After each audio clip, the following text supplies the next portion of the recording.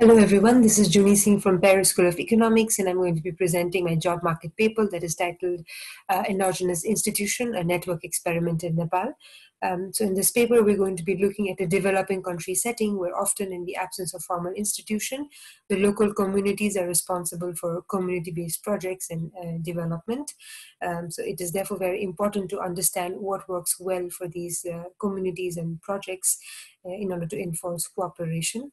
And peer monitoring definitely is a natural mechanism for enforcement of such local agreements, given how tightly knit these communities often are and how personal connections are important. Basically, how the social network plays an important role in the lives of these people. Um, the monitor can impose cooperation via punishment sometimes, or even with reputation concerns as an incentive for the people to behave in a certain manner. And we try to understand the demand for one such mechanism.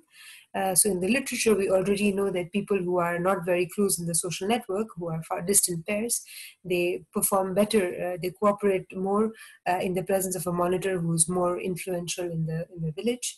And so we sort of move one step forward and we ask, what if these individuals who are given the choice to either have or not have a monitor instead of being externally assigned, and given this option of choosing their own monitor, how does their cooperation then varies in the next step?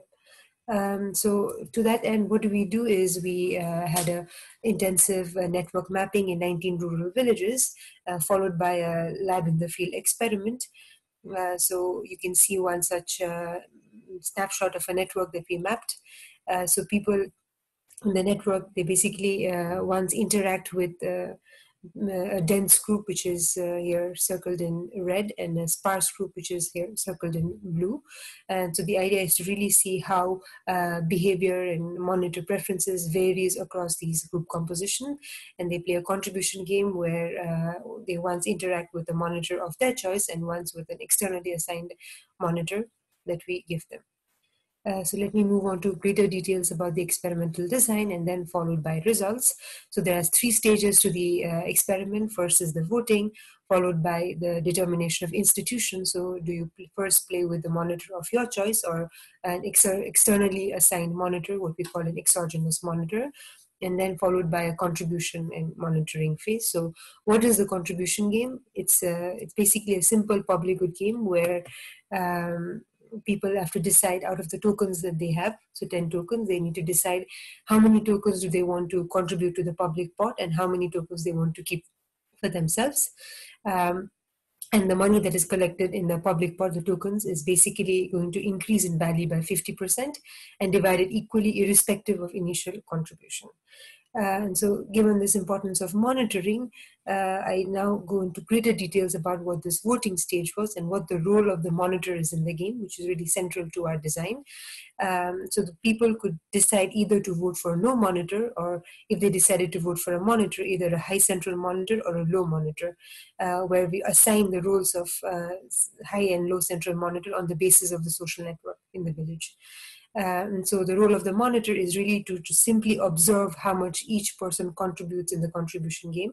There is absolutely no punishment embedded within the game. So the idea is really that this person this monitor has information about how I behaved in the game, which might have repercussions for me outside the field. So that is the sort of mechanism that we're going for, the reputation mechanism. And we hypothesize that this need for the monitor is going to be different across dense and sparse groups, because dense groups have a higher level of trust and altruism and so on. So we find that in line with our hypothesis, sparse groups do tend to vote for a monitor more often than densely knit groups, even more so for a monitor who's highly central, who's influential in the village, and then allowing communities to choose their own monitor, what we call endogenous institution here, gives us better outcome in terms of cooperation rather than randomly assigning a monitor, more so in the sparse groups. And disclosing the choice of the groups can send an additional signal about what the expected level of cooperation in the particular group, especially in the dense groups, because they have a high level of trust and high expectations from the group members. Thank you so much, and I look forward to your comments and questions via email. And please do feel free to look at the paper for greater details. Thank you so much.